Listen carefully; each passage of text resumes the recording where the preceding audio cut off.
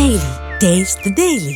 Cheese fire அப்படின்றது அவங்க கெஞ்சி கூத்தாடி காலில் வந்து அழுதுக்காக கொடுக்கப்பட்ட ஒரு சான்ஸ். அதாவது அவங்க கேட்டதுனால தான் நம்ம நிறுத்தணுமே தவிர நாமளாம் நிறுத்தலை. இந்த வாட்டி அதாவது இன்னொரு தடவை அந்த மாதிரி வந்ததுன்னா அந்த ஹாட்லைன்ஸே கட் பண்ணுங்க அப்படின்ற லெவலில் இந்தியாவில் உத்தரவு போட்டாங்க. அதாவது வெளிநாட்டிலேருந்து நம்ம போர் நடக்கும்போது இந்த மத்தியஸ்தம் பண்ணுறான்னு அவனா வந்தானா அந்த ஃபோன் எடுக்காத அப்படின்னு சொல்கிற அளவுக்கு நம்மளுடைய அரசியல் சிறத்தன்மை நம்மக்கிட்ட இருக்குது. இப்போ போருன்றது வந்து மேபி நீங்கள் சொன்ன மாதிரி வேற எங்கேயாவது தாக்குதல் நடக்கும்னா அது தனியாக வந்தாலும் ஜெயிக்க மாட்டாங்க, கும்பலாக வந்தாலும் தோத்து தான் போவாங்க.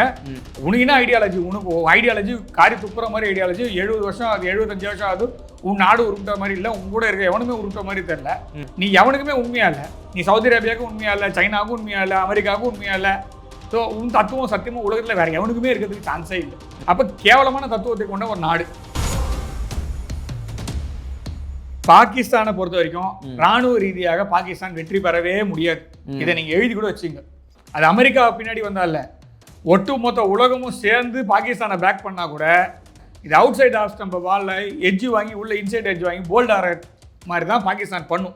அவங்களுக்கு வந்து ஃபுல் டாஸ் போட்டு கொடுத்தா கூட ஆட வராது. அந்த மாதிரி ஆர்மி தான் பாகிஸ்தானோட ஆர்மி. மற்றபடி பாகிஸ்தானால உள்ளுக்குள்ளேருந்து ஒரு ட்ரோனையோ உள்ளுக்குள்ளேருந்து ஒரு மிசைலையோ வச்சு கன்வென்ஷனல் அடித்து இந்தியாவை ஜெயிக்க முடியாது. அவங்களால நேருக்கு நேராக ஆண்மையுடன் மோதி இந்தியாவையோ எந்த நாட்டையோ வெற்றி கொள்ள முடியாது. தாலிபான் அடிச்சு நவுத்திடுவான். நீங்கள் எழுதி வச்சுக்கோங்க. பாகிஸ்தானுக்கு தாலிபானே போதும், பிரித்து மேஞ்சிருவாங்க. வளைகுடா பகுதிகளிலேருந்து நம்மளுக்கு LNG LPG வருது. ஸோ இதை வந்து தடுத்து நிறுத்துவதற்காக அமெரிக்கா கங்கணம் கட்டிட்டு உட்காந்துருக்கு. அமெரிக்கா என்ன பிளான் பண்ணுறாங்கன்னா, நான் கீழே போகிறேன், நீ கீழே வா. உலகத்தில் இருக்க எல்லாரையுமே சொல்கிறான், நான் கீழே போகிறேன், என்னோட பொருளாதாரம் கீழே போகுது, ஆனால் நான் மாத்திரம் தனியாக போக மாட்டேன், எல்லாரும் சேர்ந்து வாங்க போகலாம் கீழேன்னு சொல்லி கூப்பிட்டு போகிறான். அதான் பண்ணிட்டு இருக்கான். என்னை பொறுத்த வரைக்கும் தனிப்பட்ட கருத்தை சொன்னால், ராஜதந்திரம் என்பது எதுவரையில்னா கையில் கல் கிடைக்க வரை நாயுடன் பேச்சுவார்த்தை நடத்துவது. இதை வந்து நீங்கள் எவ்வளோ வேணால் அப்பா நினச்சாலும் நடிச்சுக்கோங்க. ஆனால் இதுதான் எனக்கு தெரிஞ்ச வரைக்கும் இதை விட ஒரு பெஸ்ட் எக்ஸ்பிளனேஷன் இருக்க முடியாது. அந்த ராஜதந்திரத்தை இந்தியா இப்போது கையில் எடுத்திருக்கிறது, அவ்வளோதான்.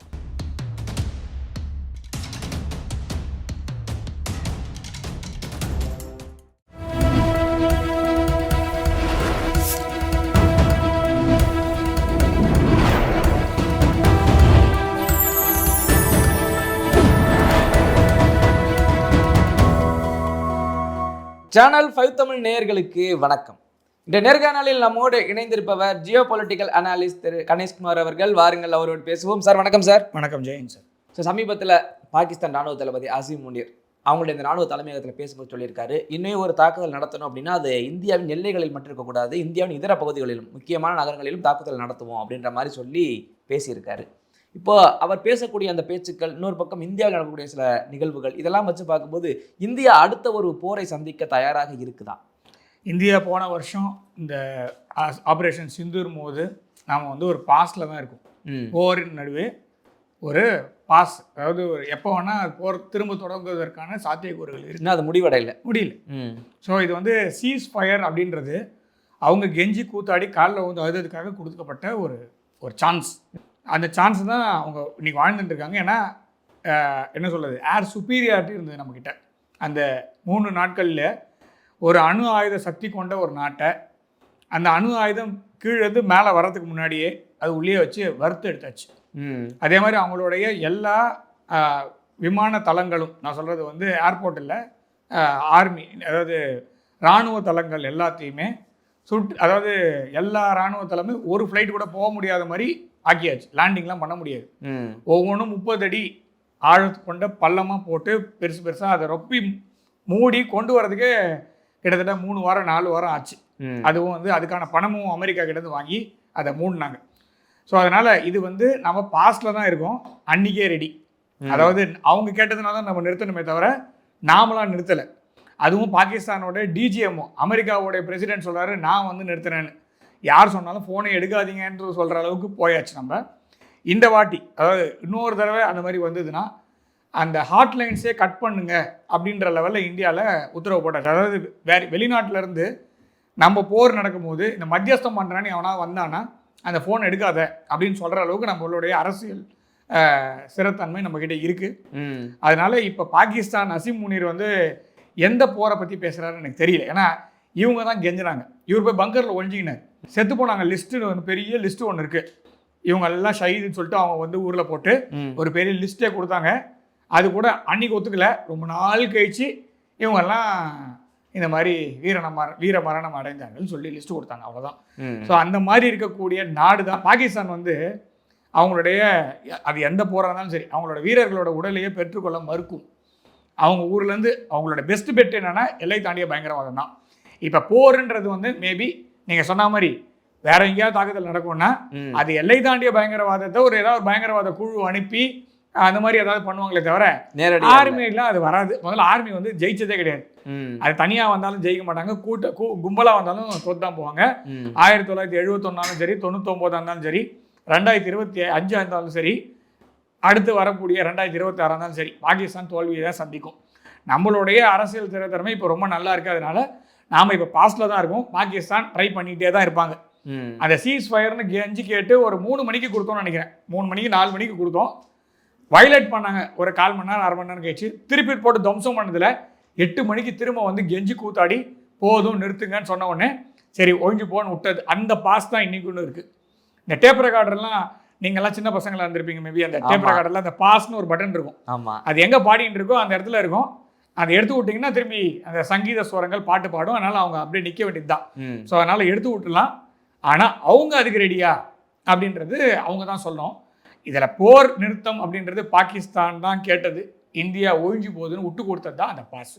அதனால் அவங்க இன்னொரு தடவை வர்றாங்கன்னா வரட்டும், we will give them back. Okay sir. அதே நேரத்தில் செக்ஷன் 163 போட்டிருக்காங்க. அதாவது இரவு 7 மணிலேருந்து காலை 6 மணி வரைக்கும் எந்த மூணுமே இருக்கக்கூடாது. எல்லை பகுதிகளில் இது போடக்கூடிய செக்ஷன். ஆக்சுவலாக இதுக்கு ஸ்ரீ கங்கா நகர்லாம் இது போட்டிருக்காங்க. கரெக்ட். இப்போ இது போட்டிருக்கக்கூடிய காரணம் என்ன சார்? போன வருஷமும் இதே மாதிரி தான் இருந்தது. அதாவது ஆபரேஷன் சிந்தூர் ஆரம்பிக்கும் போது இந்த மாதிரி பஹல்காமில் தாக்குதல் நடந்த உடனே, அதாவது தீவிரவாத தாக்குதல் நடந்த உடனே முதல்ல நம்ம வந்து என்ன பண்ணுவோம்னா நம்மளுக்கு இன்டெல் கேதரிங்னு சொல்லுவாங்க ஜென்ரலாக. அதாவது நம்மளுடைய உளவுப்படை அப்படின்றதுக்குள்ள நம்ம உளவு பிரிவு எல்லா ஊர்லேயும் இருப்பாங்க. நம்ம துரந்தரசெலாம் நிறைய பேர் இருப்பாங்க இல்லையா, அவங்கெல்லாம் செய்திகள் கொடுப்பாங்க. இல்லை நம்ம ஊருக்குள்ளே வரக்கூடிய செய்திகள் எல்லாமே நம்மளுக்கு தெரியும். ஸோ அந்த இன்டெலிஜென்ஸ் கேதர் பண்ணி எந்த எந்த எந்த அதாவது நம்ம வீக்காக இருக்கிற டைமில் தான் அவங்க முதல்ல தாக்குதல் பண்ணுவாங்க. ரெண்டாவது ஒரு வருஷம் முடிவுன்ற போது ஜென்ரலாக அவங்க எப்போவுமே வருஷம் இதை செய்யக்கூடிய டைம்ன்றதுனால நாம் வந்து ரெடியாக இருக்கிறதுக்கான இந்த ரெகுலராக நடக்கிற எக்ஸசைஸ் அது ஒன்று இருக்குது. ரெண்டாவது கண்டிப்பாக இன்டெல் வந்திருக்கும், வராமலாம் இருக்காது. இன்டெல் ரிப்போர்ட்ஸ் வந்த உடனே நம்ம வந்து தாக்குதல் பண்ணாங்கன்னா அன்றைக்கி உட்காந்து நம்ம ரெடி பண்ண முடியாது. அதனால் முன்னாடியே நம்ம வந்து அதற்கான முன்னெச்சரிக்கை ஏற்பாடாக நம்ம இது பண்ணிகிட்டு இருக்கோம்.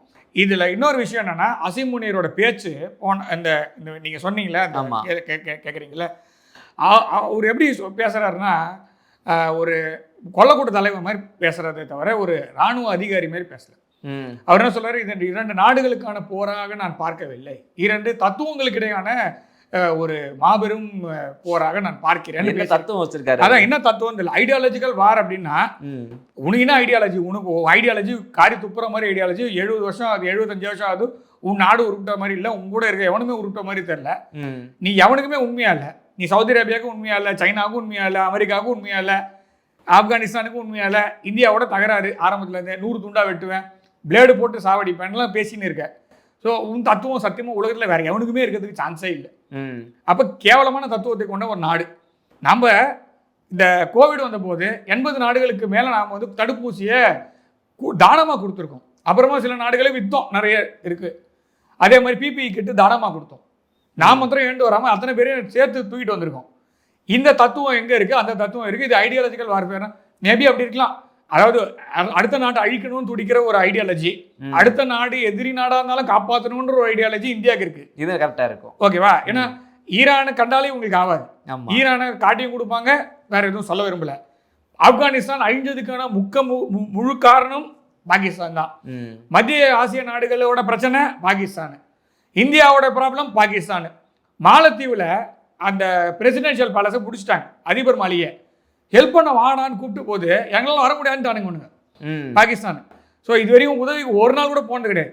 சவுதி அரேபியாவோட ஒப்பந்தம் போட்டிருக்காங்க, சவுதி மீது ஒரு தாக்குதல் நடந்தால் பாகிஸ்தான் மீது தாக்குதல் நடந்த மாதிரி, ஆனால் நாங்கள் வந்து ஹெல்ப் பண்ணுவோன்னு 25,000 சோல்ஜரை போடுறேன்னு ஈரான் போட்டு அடித்தான், போகவே இல்லை. ஸோ அதனால் அதாவது எந்த நாடு உதவி கேட்டாலும் கேட்க துருக்கிக்கும் பகைவருக்கும் அருள்வாய் நன்னெஞ்சே சொல்ல மாதிரி நம்ம வந்து போய் துருக்கியில் இது பூகம்பம் வந்தது, இப்போ கூட போய் ஹெல்ப் பண்ணிட்டு வந்திருக்கோம், அவங்களுக்கு தேவையான பொருட்கள்லாம் கொடுக்கலான்னு சொல்லிட்டு. அந்த மாதிரி இருக்கக்கூடிய நாடு என்னோட ஐடியாலஜி இது. உன் ஐடியாலஜி காரி துப்புற மாதிரி ஐடியாலஜி. இந்த ஐடியாலஜி ரெண்டும் சண்டை போட்டா கரெக்ட் தான். அவர் கரெக்டா ஒரு விதத்தில் கரெக்ட். ஐடியாலஜிக்கல் வார்ஃபேர், எல்லாரையும் அழிக்கணும்னு நினைக்கிற ஒரு ஐடியாலஜி, எல்லாரையும் காப்பாற்றணும் ஒரு ஐடியாலஜி, சண்டை அப்படி.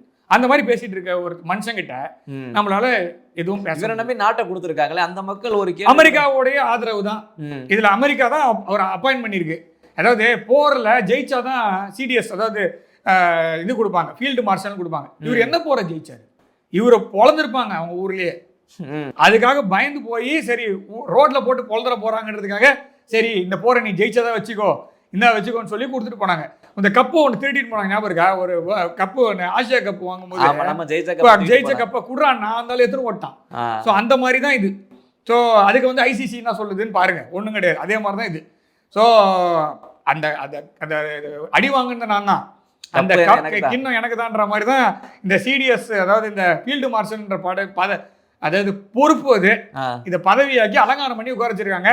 இந்த நாய் போதுன்னா நாய் கூட வால் போகுமா, அந்த மாதிரி சபா ஷெரீஃப் எங்கே போனாலும் அந்த நாயோட வால் மாதிரி போகிற மாதிரி இவங்க 2 பேரும் ஒன்றா தான் போகிறாங்க, ஒன்றா தான் வராங்க. யார் தலைவர் இல்லைன்னு தெரியல. இப்படிப்பட்ட ஒரு சுச்சுவேஷனில் பாகிஸ்தான் இருக்குது. அது அப்பாயிண்டட் போஸ்ட், அதில் ஜெயிச்சாதான் உங்களுக்கு வந்து ஃபீல்டு மார்ஷல் வரும். இவர் ஜெயிக்கிற மாதிரியே தெரியல. எந்த போரில் இவர் ஜெயிச்சாரு, எந்த போரில் இவர் அட்லீஸ்ட் ஒரு கன்சிடரபிள் பொசிஷன்லையாவது இருக்காங்க. அடி வாங்கின்னு போதும் கெஞ்சனா அவங்க. அந்த ஆளுக்கு போய் இவங்க பாகிஸ்தான் அரசாங்கம் கொடுத்ததா, இல்லை ஐஎஸ்ஐ கொடுத்ததா, இல்லைன்னா அமெரிக்கா கொடுத்ததா, கடவுளுக்கே வெளிச்சம். இதில் வந்து அதில் வர என்ன சொல்கிறதுன்னு தெரில. அப்படிப்பட்ட ஒரு நபரை வந்து பாகிஸ்தான் மக்கள் பார்த்துன்னு தான் இருக்காங்க. அவங்க தான் சொல்கிறாங்களே 1971 அவங்க ஜெயிச்சதா அவங்களுடைய ஸ்கூல் புக்கில் இருக்குது. அப்புறம் பங்களாதேஷ் எப்படி வந்ததுன்னா அவங்க சொல்கிறதுக்கு பதில் இல்லை. 1971 நடந்த போரில் இந்தியாவை பாகிஸ்தான் ஜெயிச்சிச்சு அப்படின்னு அவங்க புக்கில் இருக்குது. அப்படி புக்கில் இருந்ததுன்னா ஒரே ஒரு கேள்வி தான் அந்த ஸ்கூல் பசங்களை கேட்கணும் பாகிஸ்தானில், ஏன்பா ஈஸ்ட் பாகிஸ்தான் வெஸ்ட் பாகிஸ்தான் இருந்தது, இந்த ஈஸ்ட் பாகிஸ்தான்ற பேரில் பங்களாதேஷ்னு மாதிரி ஒரு நாடு இருக்குது, அவங்களோட கிரிக்கெட்லாம் ஆடுறீங்க, அது நாக்கிங் டான்ஸ்லாம் வந்து ஆடிட்டு போகிறாங்க. பாகிஸ்தான்லேயே போய் பாகிஸ்தானை ஜெயிச்ச டீம் பங்களாதேஷ் டீம், அவங்க வேற மாதிரி வச்சுங்க. இருந்தாலும் பாகிஸ்தான் வந்து பங்களாதேஷ் கிரிக்கெட்டில் தோக்குற அளவு இருக்கு. அப்போ அந்த மாதிரி ஒரு நாடு, இப்போ பங்களாதேஷ்ன்ற பேரில் தானே அவன் வந்து கிரிக்கெட் ஆடுறான். அப்படி இருக்கும்போது எப்படா அது தனி நாடாக போச்சு, போடுற தோத்தா தான்டா போவோன்னு அதை கேட்க கூட அவங்களுக்கு நாதியோ வெக்கமோ கிடையாது. அப்படிதான் இருக்காங்க அந்த நாடு. அதனால அசிம் முனீர் அப்பாயிண்டடு பை வெஸ்ட், அவ்வளோதான், வேற எதுவும் சொல்றேன். Okay sir. அதே நேரத்தில் மே 9 டெல்லியில் டெரரிஸ்ட் அட்டாக் அந்த அலர்ட் வந்தது. இது எந்த மாதிரியான இது சார்? இதுவும் குறிப்பாக அந்த பாகிஸ்தான் இவங்களுடைய திட்டத்தின் அடிப்படையில் நீங்கள் சொன்ன மாதிரி லாஸ்ட் இயர் நடந்தது அதே மாதிரியான ஒரு திட்டத்தின் அலர்ட் தான் இதா? பாகிஸ்தானை பொறுத்த வரைக்கும் ராணுவ ரீதியாக பாகிஸ்தான் வெற்றி பெறவே முடியாது. இதை நீங்க எழுதி கூட வச்சுங்க. அது அமெரிக்கா பின்னாடி வந்தால ஒட்டுமொத்த உலகமும் சேர்ந்து பாகிஸ்தானை பேக் பண்ணா கூட இது அவுட் சைட் ஆஃப் ஸ்டம்ப வால்ல எட்ஜ் வாங்கி உள்ள இன்சைட் எட்ஜ் வாங்கி போல்ட் ஆற மாதிரி தான் பாகிஸ்தான் பண்ணும். அவங்களுக்கு வந்து ஃபுல் டாஸ் போட்டு கொடுத்தா கூட ஆட வராது. அந்த மாதிரி ஆர்மி தான் பாகிஸ்தானோட ஆர்மி. அமெரிக்கா இவ்வளோ நாளாக பின்னாடி நிற்குதுல, ஒட்டுமொத்த மேற்குலகமும் பாகிஸ்தானுக்கு தான் பேக் பண்ணுது. அப்படியே தோத்து தானே போகிறாங்க அவங்க. அந்த மாதிரி பாகிஸ்தானால் ஒரே ஒரு இடத்துல மாத்திரம் தான் சக்ஸஸ்ஃபுல்லாக ஏதாவது பண்ண முடியாது. என்னென்ன நான் முன்னாடியே சொன்ன மாதிரி எல்லை தாண்டிய பயங்கரவாதம். அது ஆர்மியோட டிவிஷனாக பாருங்கள். நீங்கள் நல்ல கேள்வி கேட்டீங்க. இதில் இன்னொரு நான் சொல்கிறேன், அசிம் முனீர் பேசினா இன்னொரு வார்த்தையும் சொல்கிறேன். இதுக்கு மேலே ட்ரெடிஷ்னல் வார்ஃபேர் இஸ் ஓவர் அப்படின்னு பேசியிருக்காரு. ட்ரெடிஷ்னல் வார்ஃபேர் அப்படின்றது கிடையவே கிடையாது, இதுக்கு மேலே இருக்க போகிறதில்ல. இது வந்து அன்கன்வென்ஷனல் வார்ஃபேர். ஆமாம், அது எக்கனாமிக்கல் வார்ஃபேராக இருக்கலாம், இல்லை எலக்ட்ரானிக் வார்ஃபேராக இருக்கலாம், ஹேக்கிங்காக இருக்கலாம், அந்த மாதிரி தான் சொல்கிறாரு. ஆனால் நான் என்னுடைய பார்வையில் சொல்கிறேன், ட்ரெடிஷ்னல் வார்ஃபேர் ஓவர்னா இந்த உக்ரைன்காரங்க இருக்காங்க தெரியுமா, பாகிஸ்தானோட சகல ஒருத்தங்க இருக்காங்க அங்கே உக்ரைன், அதாவது ஈஸ்ட் யூரோப்பில். அவங்க என்ன பண்ணாங்கன்னா, நடுவில் ரஷ்யா உக்ரைன் போரின் போது உள்ளே வந்து ஒரு ட்ரக்கை கடத்திட்டாங்க. ரஷ்யா உள்ளே இருக்கக்கூடிய ஒரு ட்ரக்கை கடத்தி அதுக்குள்ளே வந்து ட்ரோனை வச்சு, சூசைட் ட்ரோன்ஸ் இருக்கு இல்லையா, அதை வச்சுட்டு அதை வந்து ரஷ்யாவோட ஸ்ட்ராட்டஜிக் பாம்பரில் 2 பாம்பரை போட்டாங்க. அதுக்கப்புறம் தடுத்து நிறுத்திட்டாங்கன்னு வச்சுக்கோங்க. அப்போ வந்து இது மாபெரும் புரட்சி அப்படின்ட்டாங்க அமெரிக்கா. இது வந்து தீவிரவாத அட்டாக். உள்ள 2000 கிலோமீட்டர் போறனா எப்படி, இந்த ஊரில் தாக்குதல்னா இந்த ஊரில் பண்ணோம், உள்ளுக்குள்ள 2000 கிலோமீட்டர் தள்ளி ஒரு ட்ரக்கு வச்சு அந்த ட்ரக்குக்குள்ள இருந்து ட்ரோன் எடுத்துட்டு போய் அடிக்கிறான்னா அது பயங்கரவாத தாக்குதலாக எடுத்துக்கணுமா, இல்லை நியூ ஜென்ரேஷன் வார்ஃபேர்னு எடுத்துக்கணுமா? வாஷிங்டனுக்குள்ள ஒரு ட்ரக்கு போய் அந்த வாஷிங்டன் ட்ரக்கில் இருந்து ஈரான் ஒரு வேளை தாக்குதல் பண்ணுறாங்கன்னு வச்சுக்கோங்க. அப்போவும் இதே வார்த்தை அமெரிக்கா சொல்லுமா? லண்டனில் ஒரு ட்ரக்கை வந்து சிரியாவிலேருந்தோ இல்லை வேறு ஏதாவது லிபியாவிலேருந்தோ போய் அந்த ட்ரக்குக்குள்ளேருந்து ஒரு ட்ரோன் போய் லண்டனில் போய் அடிச்சுது, அப்போவும் இதே வார்த்தையை சொல்லுவாங்கன்னா அதை நான் நியூ ஜென்ரேஷன் வார்ஃபேர்னு எடுத்துக்கிறேன். ஆனால் இங்கே நடக்கும் போது மாத்திரம் அது பயங்கரவாத தாக்குதல், ரஷ்யாவில் நடக்கும் போது அது புதிய ஒரு யுக்தியை வந்து ஜெலன்ஸ்கி அப்படியே பிரித்து மேஞ்சிட்டாருன்னு சொல்றது என்னால் ஒத்துக்க முடியல. அது உலக நாடுகள் எப்படி எனக்கு தனிப்பட்ட கருத்தை சொல்கிறேன், என்னால் அதை ஒத்துக்க முடியலன்னு. அந்த மாதிரி ஏதாவது பாகிஸ்தான் ட்ரை பண்ணாதான் உண்டே தவிர, அதுக்கு வெஸ்ட் பாத்தியா அப்படின்னு கை தட்டினா உண்டா தவிர, மற்றபடி பாகிஸ்தானால உள்ளுக்குள்ள இருந்து ஒரு ட்ரோனையோ உள்ளுக்குள்ள இருந்து ஒரு மிசைலையோ வச்சு கன்வென்ஷனல் அடிச்சு இந்தியாவை ஜெயிக்க முடியாது. இதுதான் முக்கியமான விஷயம். அதனால அந்த ஆள் வாயிலிருந்து இதே மாதிரி தான் போன வருஷம் ஜனவரிலையும், அதாவது நான் சொல்றேன் 2025 ஜனவரி பிப்ரவரிலையும் இதே மாதிரி பேசி அதுக்கப்புறம் ஒரு மாதம் கழிச்சு தான் அந்த பஹல்காம் தாக்குதல் நடந்தது. அந்த பயங்கரவாதிகள் அந்த கோழைத்தனமான ஒரு தாக்குதல் நடந்தது. அதே மாதிரி தான் இந்த ஆள் இன்னைக்கு பேசியிருக்கான். ஸோ இந்த பேசினதுக்கு அப்புறமா கண்டிப்பாக இந்த மாதிரி தான் அவங்களால தாக்குதல் பண்ண முடியுமே தவிர, அவங்களால நேருக்கு நேராக ஆண்மையுடன் மோதி இந்தியாவையோ எந்த நாட்டையோ வெற்றி கொள்ள முடியாது. தாலிபான் அடிச்சு நவுத்திடுவான். நீங்க எழுதி வச்சுக்கோங்க, பாகிஸ்தானுக்கு தாலிபானே போதும், பிரிச்சு மேஞ்சிருவாங்க. இங்க ப்ராப்ளம் ஒண்ணு தான், அவங்களால அது வந்து கோழைத்தனமான தாக்குதலாக பயங்கரவாத தாக்குதலாக மற்ற பாகிஸ்தான் ஒரு சில நாட்கள் அப்பர் ஹேண்டாக எடுக்க முடியும். இந்த 26/11 மாதிரியோ இல்லை பஹல்காம் மாதிரியோ புல்வாமா மாதிரியோ கோழைத்தனமான தாக்குதலை தான் பாகிஸ்தான் செய்யும். அதற்காக தான் அந்த இது சொல்றது உளவு செய்திகள் வந்து அது மூலமாக நம்ம வந்து முன்னெச்சரிக்கை ஏற்பாடு நம்ம எல்லா ஊர்லேயுமே, நான் தமிழ்நாடு மாத்திரம் நான் ரொம்ப பாதுகாப்பாக இருக்கேன், நம்மளும் பாதுகாப்பு பலப்படுத்தப்பட வேண்டும். நம்மளும் பார்டரில் தான் இருக்கோம். நம்ம ஊர்லேருந்து 40 கிலோமீட்டரில் இலங்கை இருக்குது கடலில். ஸோ அப்படி இருக்கும்போது நம்மளும் பார்டர் ஸ்டேட் தான். ஸோ சி பார்டர் உங்களுக்கு இது எல்லாமே தெரியும், எம்டன் யாரும் மறந்துருக்க மாட்டாங்க. ஸோ அதனால் நம்மளும் என்றைக்குமே தயார் நிலையில் தான் இருக்கணும். காஷ்மீர் முதல் கில்ஜித்லேருந்து இந்திரா பாயிண்ட் வரைக்கும், அருணாச்சல்லேருந்து லக்ஷதீப் வரைக்கும் நம்ம ஃபுல் பவர்ஃபுல்லாக என்ன சொல்கிறது பாதுகாப்போடு தான் நம்ம இருக்கணும். அப்படின்றது தான் இந்தியாவுடைய உளவு நிறுவனங்களும் சரி இராணுவமும் சரி கட்டுக்கோப்பாக வச்சுருக்கு. அதுக்காக தான் டெல்லியை வந்து நம்ம ஸ்ட்ரென்தன் பண்ணி வச்சுருக்கோம். அவங்க என்றைக்குமே இந்த மாதிரி ஒரு கோழைத்தனமான வேலையை செய்வாங்க, அதை நம்ம முறியடிப்போம், அவ்வளோதான். Okay sir. சார் அதே நேரத்தில் NS ராஜா சுப்ரமணியன் அவர்கள் முப்படை தளபதியாக இப்போ நியமனம் May 30 பதவியாக இருக்க போகிறார் போல. என்றைக்குமே பார்த்தீங்க அப்படின்னா ஏதாவது ஒரு படை, கப்பற்படையோ விமானப்படையோ இதில் இருக்கக்கூடியவங்கள தான் முப்படை தளபதியை ப்ரொமோட் பண்ணுவாங்க. இவங்க அவர் ஓவர்டேக் பண்ணி கொண்டு வந்திருக்காங்க அப்படின்னா இப்படிப்பட்ட நிகழ்வுகள் ஒரு பக்கம், இதுவும் நடக்குது அப்படின்னா கண்டிப்பாக ஏதோ நடக்க போகுது, அதனால இந்தியா கொஞ்சம் அட்வான்ஸாக இருக்கணும், நம்ம கொஞ்சம் முன்னெச்சரிக்கை இருக்குன்றதுக்கான தான் கொண்டு வந்திருக்காங்களா? இவர் 2 துறைகள் 2 பக்கம் இவர் வந்து ரொம்ப சாமர்த்தியமான ஆள்னு ஒரு கருத்துக்களும் வருது. இல்லை ஜென்ரலாக அவர் ரிட்டையர் ஆகிறாரு, இதுக்கு முன்னாடி இருக்கிற CDS ரிட்டையர் ஆகிறாரு. இன்னும் இந்தியா வந்து CDS அப்பாயின்மெண்ட் பிபின் ராவத் அவர்களுடைய மறைந்த முப்படை தளபதி பிபின் ராவத் அவர்களோட டைம்லேருந்து வேஹெட் நம்ம வந்து இந்திய ராணுவம் வந்து தன்னுடைய வேலையை கரெக்டாக செய்யும். இதில் வந்து எதுவுமே கிடையாது, அது வந்து அடுத்தது வந்துகிட்டே தான் இருக்கும். ஸோ அப்படி இருக்கும்போது அவருடைய அப்பாயின்மெண்ட் வந்து கரெக்டான ஒரு அப்பாயின்மெண்ட் தான், முன்னாடியெல்லாம் கிடையாது. அதாவது யாரையும் சூப்பர் சீட் பண்ணி கரெக்டான ஒரு ப்ரமோஷன் தான். டைம் வந்து இப்போ மே மாதம், அதுவும் இல்லாமல் போன வருஷம் ஆப்ரேஷன் சிந்தூர்ன்றதுனால நம்மளுக்கு அது கொஞ்சம் இதுவாக தெரியுது. அதாவது ரொம்ப என்ன சொல்கிறது ஒரு விதமாக முக்கியத்துவம் பெறுகிற மாதிரி தெரியுது. ஆனால் இது ஒரு நார்மலான ஒரு அப்பாயின்மெண்ட் தான். ஆனாலும் இந்திய ராணுவத்தில் ஒரு சாதாரண சோல்ஜராக இருந்தாலும் சரி, முப்படை தளபதியாக இருந்தாலும் சரி, அந்த வாங்குகிற பொருள் கூட நான் சொல்கிறது இந்திய ராணுவம் வாங்குகின்ற ஒரு பொருள் இருக்கு, அது எல்லாமே ஒரு கரெக்டான குவாலிட்டி நிறைய செக் பண்ணி தான் பொருளே வாங்குவாங்க. அப்போ தளபதி அப்பாயின்ட் பண்ணும்போது எப்படி இருப்பாங்க? கண்டிப்பாக. ஸோ அப்போ அதுக்கேற்ற மாதிரி எல்லா விதமான திறமைகளும் பொருந்திய கேட்டோன்னா ரொம்ப அட்வான்ஸ்டா இல்லை இது சாதாரணமான ரெகுலர் ப்ரொமோஷன் தான். அவர் ரிட்டையர் ஆகிறார், அதனால இவர் வராரு, அவ்வளோதான். அவர் வந்து தமிழராக, அதாவது ஆர்மியில் வந்து நம்ம தமிழராக இருப்பது நமக்கு பெருமை, எனக்கு கண்டிப்பாக பெருமை தான், நான் இல்லைன்னு சொல்லலை. உடனே வந்து இல்லை அப்படி சொல்லிடாதீங்க. ஆனால் இந்திய ராணுவத்தை பொறுத்த வரைக்கும் ராணுவம் அப்படிங்கிறது ராணுவம் தான், அதில் வந்து இந்திய ராணுவம் தான்.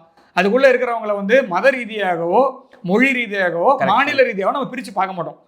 அது வந்து naturally it happens to be நம்மளுடைய மாநிலம், நம்மளுடைய மொழி பேசுகிறவர் நம்ம ஊருக்காருன்னும் போது ஓகே சந்தோஷம், அவ்வளோதான். டசன்ட் மீன் இது வந்து ஒரு பெரிய அதாவது இந்திய ராணுவம் வந்து அதுக்காக ஸ்பெஷல் அப்படிலாம் கிடையாது. பெருமையா அவருடைய திறமையினால் அவர் இந்த இடத்துல வந்திருக்காரு, அது நம்மளுக்கு பெருமை.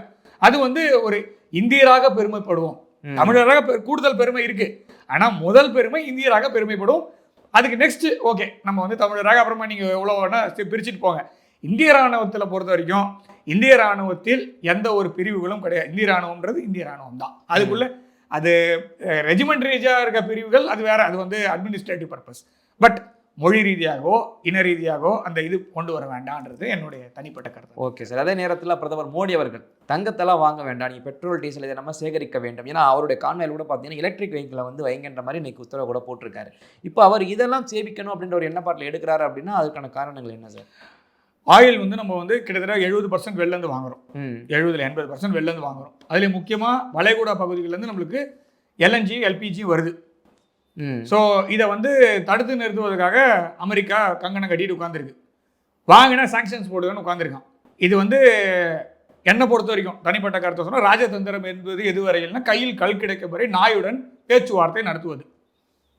இதை வந்து நீங்கள் எவ்வளோ வேணால் தப்பாக நினச்சாலும் நடிச்சுக்கோங்க. ஆனால் இதுதான் எனக்கு தெரிஞ்ச வரைக்கும் இதை விட ஒரு பெஸ்ட் எக்ஸ்பிளனேஷன் இருக்க முடியாது. அந்த ராஜதந்திரத்தை இந்தியா இப்போது கையில் எடுத்திருக்கிறது, அவ்வளோதான். வேற வழியே கிடையாது இப்போ. ஸோ நீங்கள் அவனை மீட் பண்ணி வாங்கல, சில பேரோட ரீசன் பண்ணலாம், சில பேரோட ரீசனே பண்ண முடியாது. சிலதை லூஸாக விட்டுறணும், சிலதை லூஸுன்னு விட்டுறணும். அதை தான் இந்தியா செஞ்சிருக்கு. அதனால இப்போ நம்ம பெர்ஷியன் வளைகுடா பகுதியில் முக்கியமாக ஹார்மோஸ் ஸ்ட்ரைட் வழியாக வருதுன்னா அந்த ஹார்மோஸ் ஸ்ட்ரைட்டை ஒருத்தன் பூட்டு போடுறான், அதுக்கு மேல் பூட்டு இன்னொருத்தன் போடுறான். ரெண்டு பேருமே அவங்க 2 பேருக்குள்ள பேசி தீர்க்கிற மாதிரி இல்லை, நம்ம பேசினாலும் எவனும் கேட்குற மாதிரி இல்லை. இப்படி இருக்கு. இந்த சிச்சுவேஷனில் நான் புத்திசாலித்தனமாக நடந்துக்கணுமா இல்லை அவங்க கூட உட்காந்து பேச்சுவார்த்தை நடத்துமான்னு தெரியல. யாருமே கேட்குற மாதிரி இல்லைன்னும் போது இதுதான் ஒரே வழியாக இருக்க முடியும். நான் வந்து என்னை மாற்றிக்கிறேன் அப்படிதான் இருக்கணும். ரஷ்யாவிலேருந்து வாங்கலாம் அப்படின்னு சொன்னீங்கன்னா ரஷ்யாவில் டெய்லி ஐரோப்பிய ஒன்றிய நாடுகளும் அமெரிக்காவும் யூகேவும் சேர்ந்து பேக் பண்ணி உக்ரைனை வைத்து ரஷ்யாவுடைய எண்ணெய் சுத்திகரிப்பு ஆலைகள் மீதும் எண்ணெய் ஏற்றுமதி பண்ணக்கூடிய ஃபெசிலிட்டிஸ் மீதும் தாக்குதல் டெய்லி நடக்குது. ட்ரோன் தாக்குதல் இன்னைக்கும் நடக்குது. அதுக்கு பதில் தாக்குதல் ரஷ்யாவும் பண்ணிட்டு இருக்கு. ஸோ அங்கேயும் போர் வந்து முடிந்த பாடியில் அது கொஞ்சம் இன்னும் ஒரு உக்ரம் பெருகிற மாதிரி இருக்குது. இப்படி இருக்கும்போது ரஷ்யா கிட்ட இருந்து நம்ம வாங்குறதும் ஒரு வேளை தடைப்படலாம். இன்னைக்கு நான் வாங்கிடுவேன், நாளைக்கு ஒரு பெரிய ஃபெசிலிட்டி எதுவும் ஆச்சுன்னா என்னால் வாங்க முடியாது. நான் நார்த் சி ரூட், அதாவது ஆர்க்டிக் பெருங்கடல் வழியாக வந்து விளாடிவாஸ்டாக் காரிடார் வழியாக மலாக்கா ஸ்ட்ரைட் வழியாக கொண்டு வந்தாலும் சில சமயத்தில் நம்மளுக்கு கஷ்டங்கள் இருக்கலாம். அப்படி இருக்கும்போது நான் வந்து போர் வந்து எல்லா பக்கமும் உக்ரம் வீரியம் அதிகமாகுதுன்னா அன்னைக்கு உட்காந்து நான் மாற்றுன்னு சொல்ல முடியாது. அதனால் முன்னாடியே சொல்கிறது தான் நல்லது. ஏன்னா ஆயில் நம்மளுக்கு மெயின். 60 நாட்கள் உடனே இது புரளியை பரப்பிடாதீங்க, எண்ணெய் இல்லை அதனால தான் மோடி இப்படி சொல்லிட்டாரு அப்படின்னு சொல்கிறாதீங்க. அதனால 60 நாட்கள் எண்ணெய் இருக்கிறது, 60 நாட்களுக்கு நேச்சுரல் கேஸ் இருக்குது, LPG 40 நாட்களுக்கு இருக்கிறது அப்படின்ற எண்ணிக்கையை கொடுத்து விட்டார்கள். அது ரீஃபில் பண்ணிட்டே ரொட்டேஷனல் பேசிஸில் வரும் போகும் அப்படி வச்சுருக்காங்க அப்படின்றது இருக்குது. ஸ்ட்ராட்டஜிக் பெட்ரோலியம் ரிசர்வ்ஸ் இருக்குது, எக்ஸ்ட்ரா ஒரு ரிசர்வும் கட்டிகிட்டு இருக்கோம். ஸோ அதுவும் வந்துடும். எப்படி இருந்தாலும் 90 நாட்களுக்கு இருந்தாலும் ஒரு வேளை எல்லா சைட்லேயும் நம்மளுக்கு வர வேண்டிய இடத்துலேருந்து வரலை அப்படின்னா அப்படி தான் போயிட்டுருக்கு உலகம் முழுக்க. அமெரிக்கா என்ன பிளான் பண்ணுறாங்கன்னா நான் கீழே போகிறேன் நீ கீழே வா. உலகத்தில் இருக்க எல்லாரையுமே சொல்கிறான் நான் கீழே போகிறேன், என்னோட பொருளாதாரம் கீழே போகுது, ஆனால் நான் முதல்ல தனியாக போக மாட்டேன், எல்லாரும் சேர்ந்து வாங்க போகலாம் கீழேன்னு சொல்லி கூப்பிட்டு போகிறான். அதான் பண்ணிட்டு இருக்கான். ஆப்பிரிக்காவில் நம்மளுக்கு சில ரிசர்வ்ஸ் ஆப்பிரிக்கா மூலமாக நம்மளுக்கு கிடைக்கிறதுக்கு இருக்குது. லிபியாவில் நம்ம வந்து ஆயில் எக்ஸ்ப்ளோரேஷன் பண்ணியிருக்கோம். எல்லாமே பண்ணாலும் இந்த ரூட் இருக்குல்ல, ரூட்டுக்கு இங்கே யாருன்றதான் இங்கே பிரச்சனை. நம்ம தமிழ்நாட்டில் நம்ம பசங்களுக்கு புரியுற ரூட்டு தலை. ஸோ இப்போ எல்லாருமே ரூட்டு தலையாகனா யாரு அப்படின்ற மாதிரி போற வரணும்னு அடிப்பான். கப்பலில் கொளுத்துனாங்கன்னா எண்ணெய் கீழே இருந்துச்சுன்னா இதுதான் பிரச்சனை. அதனால இந்தியா ஆல்டர்னேட்டிவ் ரூட் போறதுன்னு நல்லது அப்படின்றதுனால பார்த்து யூஸ் பண்ணுங்க. ஒரு நாள் திடீர்னு வந்து எண்ணெய் இல்லைன்னு சொல்ல முடியாது. அத்தியாவசியத்துக்காக எண்ணெயை வைத்துக் கொள்ள வேண்டும். அது பேர் தான் SPRLனு தனியாக வச்சிருக்கோம், ஸ்ட்ராட்டஜிக் பெட்ரோலியம் ரிசர்வ் லிமிடெட்னு தனியாக நம்ம வந்து ஒரு லிமிடெட் கம்பெனி வச்சிருக்கோம். அதன் மூலமாக எண்ணெயை கொள்முதல் பண்ணி ஸ்டோர் பண்ணி இந்த மாதிரி அசாதாரணமான காலங்களில் நம்ம மக்களுக்கு கொடுக்குறதுக்காக வச்சிருக்கோம். அதுலேருந்து எடுத்து கொடுக்காம இருக்கிற அளவுக்கு ஓட்டணும். போர் எவ்வளோ நாள் தொடரணும்னு தெரியாது. சப்போஸ் போர் முடிஞ்ச பிறகு இப்போ நீங்கள் வந்து மேற்கு ஆசியாவில் இருக்கக்கூடிய போர் இன்னைக்கு முடிஞ்சதுன்னா கூட 6 மாதம் ஆகும்னு சொல்கிறாங்க. சில சமயத்தில் 1 வருஷம் 1.5 வருஷம் கூட ஆகும் அங்கே இருக்கக்கூடிய ஆலைகளை எல்லாம் ரிப்பேர் பண்ணுவதுக்குன்னு சொல்கிறாங்க. ஸோ அப்படின்னா நம்ம வந்து ஒரு லாங் டேர்ம் ப்ராசஸ்க்கு நம்ம ரெடி ஆகணும். அப்போ ஒரே வழி வந்து தேவைகளை குறைப்பது, அவ்வளோதான். ஸோ அப்பா வந்து திடீர் கஷ்டமே தெரியாமல் வளர்ந்த ஒரு பசங்க அப்பா திடீர்னு கூப்பிட்டு கொஞ்சம் பார்த்து செலவு பண்ணுப்பா அப்படின்றாங்க. கரண்ட் போயிட்டு நம்ம ஊர்லாம் மழை பெஞ்சதுன்னு வச்சுங்களேன் 2 நாள் 3 நாள் கரண்ட் வராமல் போகும். நம்ம சென்னையில் இருக்கிறவங்களுக்குலாம் ரொம்ப தெரிஞ்சது தான். கொஞ்சம் தூரல் போட்டாலே பவர் கட் ஆகிடும். முன்னாடிலாம் இப்போல்லாம் ஒரு நாள் இது அது வரதா புயலாக இருக்கணும் எதுவாக இருந்தாலும் வந்ததுனாலும் ஸோ ஒரு இது போயிடும். இப்போ 2 நாளைக்கு பவர் இல்லைன்னா தண்ணியை பார்த்து யூஸ் பண்ணு, வெளியில் போய் ப்ரஷ் பண்ணும்போது பார்த்து ப்ரஷ் பண்ணுன்னு சொல்லுவோம்ல, அந்த மாதிரி தான் மோடிஜி சொல்லியிருக்காரு. இப்போ வேறு எதுவும் சொல்லலை. அதாவது பார்த்து செலவு பண்ணுங்கப்பா, நம்மக்கிட்ட இருப்பு கம்மியாக தான் இருக்குன்ற சொல்கிறார். ஏன்னா நம்ம கூட்டு குடும்பத்தில் இருக்கோம், 148 கோடி பேர். ஆமாம், மற்ற நாடுகள்லாம் இதை எடுக்கிறாங்களா இல்லையான்னு. நம்ம கூட்டு குடும்பம் நம்ம இன்னைக்கு தான் நம்ம லார்ஜஸ்ட்டு ஃபாஸ்டஸ்ட் க்ரோவிங் எக்கானமியாக இருக்கும், லார்ஜஸ்ட் டெமோக்ரஸின்னு சொல்கிறோம். ஸோ நம்ம வந்து மொத்தமாக எல்லாருமே ஒன்றா தான் வெளில வருவோம் இந்த ப்ராப்ளம்லேருந்து. கோவிட் போது எப்படி வந்தோமோ அதே மாதிரி தான். புதுசாக வைரஸ் வேறு ஒன்று ஹண்டான்னு ஒன்று வந்துட்டு இருக்கு. ஸோ அது என்ன மாதிரி பரப்புவானுங்கன்னு தெரியாது. கோவிட் எப்படி பரப்பி விட்டாங்களோ அந்த மாதிரி பரப்பி விட்டாங்கன்னா இதுவும் பெரிய பிரச்சனையில் வரும். ஸோ இதெல்லாம் மனசில் வச்சுக்கிட்டு கொஞ்சம் பார்த்து இருங்க, பார்த்து செலவு பண்ணுங்கன்னு சொல்கிறாரு. எல்லாருமே அவர் சொல்கிறதுல ஒரே வாரில் சொன்னால் கூடி வாழ்ந்தால் கோடி நன்மை, எல்லாம் ஒன்றா ஒத்துமையாக செயல்பட்டால் நம்ம இந்த ப்ராப்ளம் வெளில வரலான்னு சொல்கிறான். அவ்வளோதான் சொல்கிறாரு. அது கரெக்டாக தான் இருக்கும். அதை நம்ம எடுத்துப்போமே அப்படி தான் நான் பார்க்குறேன். ஓகே சார், உங்களுடைய பார்வையில் என்னோட கடைசி கேள்வியை கேட்குறேன். இப்போ எங்கே பார்த்தாலும் நமக்கும் பாகிஸ்தானுக்கும் ஆல்ரெடி ஒரு பக்கம் சீனாவுக்குமே ஒரு பக்கம் ஒரு போர் முறையில் தான் இது எப்போ பார்த்தாலும் பயந்துட்டு இவன் எப்போ தாக்குவான்னு ஒரு நம்ம அலர்ட்டில் தான் இருந்துகிட்டு இருக்கோம். இங்கே ஒரு பக்கம், அங்கே ரஷ்யா உக்ரைன் அது போல். இப்போ அதே போல் இங்கே ஈரான், இஸ்ரேல், அமெரிக்கா, இது இப்போ உலகத்தின் முக்கியமான நாடுகள் எல்லாம் இப்படி போர் சூழ்நிலையிலே இருந்தால் இந்த நாட்டின் வளர்ச்சி எங்கே போகும்? மக்களின் ஒத்துமைன்றதே யார்ட்டுமே இல்லையே. எப்போ எடுத்தாலும் இவங்களோட அவங்க சண்டை, அவங்களோட இவங்க சண்டை, இப்படியே போய்ட்டு இருந்தால் இதன் முன்னேற்றம் தடைப்படுமா? இது எங்கே 3ஆவது கட்ட உலக போருக்கு போயிருமோ அப்படின்ற அச்சம் எப்போ எந்த நாட்டுக்கு சண்டை வந்தாலும் நம்ம அந்த கேள்வியை அதை வச்சிடறோம், 3ஆம் உலக போருக்கு போயிருமோன்னு. இப்படி 3ஆம் உலக போருக்கு போகும் சூழ்நிலைகள் இப்போதைய காலகட்டத்துக்கு இருக்கா? வாய்ப்பு இருக்காது. 3ஆம் உலக போர்னு சொல்கிறீங்க. முதல்ல 2ஆம் உலக போர் எப்போ ஆரம்பிச்சது? 2ஆம் உலக போர் அஃபீஷியலாக 1939 ஆரம்பிச்சு. ஆமாம், ஆனால் 1939 ஆரம்பிச்சதுனா இல்லை, 1937 தொடங்கிடுச்சு. ஸோ 37, 38 தொடங்கிடுச்சு. அது கொஞ்சம் கொஞ்சமாக இன்ச் ஆகி என்னைக்கு வந்து பிரிட்டன் உள்ளே வருதோ அன்றைக்கி நீங்கள் கணக்கு எடுக்கிறீங்க. அப்படி தான் எடுத்துக்கணும்னு வச்சுக்கோங்க. ஸோ 1939 45 வரைக்கும் சொல்கிறீங்க. அந்த மாதிரி தான் இந்த போர்லாம் அங்கங்கே நீங்கள் சொல்கிறீங்களே ஸ்கேட்டர்டாக இருக்குது. இது எல்லாமே ஒன்னோட ஒன்று கனெக்டட். இது எதுவுமே கனெக்ட் ஆகாமல் இல்லை. இப்போவே நம்ம வந்து 3ஆம் உலக போரில் இருக்கலாம். Already it has been started நம்ம எடுத்துக்கலாம். இது வந்து சில காரணிகளை வைத்து சில என்ன சொல்றது மார்க்கர்ஸ் இருக்கு. இதெல்லாம் இருந்ததுன்னா 3ஆம் உலக போர் அஃபீஷியலாக ஸ்டார்ட் ஆயிடுச்சுன்னு ஒரு நாள் வரும். அன்னி வரைக்கும் இது வந்து நம்ம இது ஆல்ரெடி ஸ்டார்ட் ஆனது தான். என்னைக்கு வந்து இந்த ரஷ்யா உக்ரைன் ஆரம்பிச்சதோ, ஏன்னா அதுக்கு முன்னாடியே ஃபினான்ஷியல் டேர்ம்ஸில் யூரோப்பியன் யூனியனையும் ரஷ்யாவையும் பிளவுபடுத்தணும் அப்படின்னு ஒரு இறங்குது இல்லையா, அன்னைக்கே ஒரு ப்ராப்ளம். அவங்க ரஷ்யாவை எடுத்துட்டு நீங்கள் யூரோப்பை பேச முடியாது, ஈரானை எடுத்துட்டு நீங்கள் இந்த வெஸ்ட் ஏஷியாவை பேச முடியாது. கண்டிப்பாக, சரியா? இப்படிப்பட்ட ஒரு சூழ்நிலையில் இப்போ நீங்கள் வந்து ஒன்றே ஒன்று மாத்திரம் எடுத்துக்கங்க. நீங்கள் மெடிட்ரேனியன் சி இருக்கு இல்லையா, மெடிட்ரேனியன் மத்திய தரைக்கடல் பகுதி இருக்கு இல்லையா, மத்திய தரைக்கடல் பகுதி கருங்கடல் இருக்குது, மத்திய தரைக்கடல் இருக்குது, செங்கடல் இருக்குது, அதே மாதிரி இந்த பக்கம் காஸ்பியன் சி இருக்குது. இந்த 4 கடல்லையும் ஒரு குவாட்ரிலேட்டர், அதாவது 4 கார்னர் மாதிரி ஒரு போடுங்க. அதை போட்டு இதை சுற்றி தான் உங்களுக்கு பிரச்சனையே இருக்குது பார்த்தீங்கன்னா. ஸோ இந்த பிரச்சனை எல்லாமே அப்படியே ஸ்ப்ரெட் ஆச்சுன்னா, நான் சொல்கிறது இப்போ இதுக்குள்ளேயே இந்த கட்டத்துக்குள்ளே முடிஞ்சிருச்சுன்னா இது ஒரு பிராந்திய போர், அதாவது ரீஜனல் வாராக தான் இப்போ இருக்குது. இது இந்த பக்கம் அதாவது எல்லா சைட்லையும் எக்ஸ்பேண்ட் ஆச்சுன்னா நீங்கள் கேட்குற மாதிரி அது உலக போராக தான் மாறும். தைவான் சைனா போயிருக்காரு ட்ரம்ப், அங்கே டைவானை பற்றி கண்டிப்பாக ஷி ஜின்பிங் பேசுவார். அதுவும் சொதப்பிடுச்சுன்னு வச்சுக்கோங்களேன். நீங்கள் கேட்குறது வந்துச்சுன்னு வச்சுக்கோங்க. ஏன்னா India, Pakistan, China, Taiwan, Japan, இது Korea, north Korea, south Korea, north Korea எல்லாமே ஆக்டிவேட் ஆல்ரெடி ஆக்டிவேட்ல தான் இருக்கு. அதான் ஒரு விஷயத்துல சொல்ல போனா நார்த் கொரியா வந்து இந்த ரீயூனிஃபிகேஷன் இருக்கு இல்லையா, அதை வந்து எடுத்துட்டாங்க. நார்த் கொரியா உண்மையிலேயே நல்ல மனுஷன்பா, கிம் ஜாங் அப்படின்ற மாதிரி ஒரு கிம் ஜாங் 2 ஒரு நல்ல மனுஷனை ஒரு வேலை செஞ்சிருக்காரு. எனக்கு சவுத் கொரியா வேணான்ற மாதிரி அவங்களுடைய இதுல நிலைப்பாடு எடுத்துட்டாங்க. அது ஒரு நல்ல வரவேற்கத்தக்க நிலைப்பாடு. அவனே வீணா வம்பு கீழ்த்தினா அவன் கண்டிப்பா சண்டை போடுவான். இந்தியாவும் அப்படிதான். ஸோ நீ வீணா வம்பு கீழ்த்தினா கண்டிப்பா திருப்பி தாக்குதல் தான் பண்ண போறோம். ஸோ அது மாதிரி ஆல்ரெடி எல்லா இடத்துலயுமே புகைஞ்சின்னு இருக்கு. ஸோ இதுல எண்ணெயை ஊற்றி யாராவது ஒருத்தர் பற்ற வச்சிட்டாங்கன்னா நீங்க கேட்குற 3ஆம் உலக போர் வரும்ன்ற மாதிரி தான். ஓகே சார், ஒரு நேரத்தை ஒதுக்கி பல்வேறு கருத்துக்களை தந்தமைக்கு ரொம்ப நன்றி சார். தொடர்ந்து பேசுவோம். ஜெயன் சார்.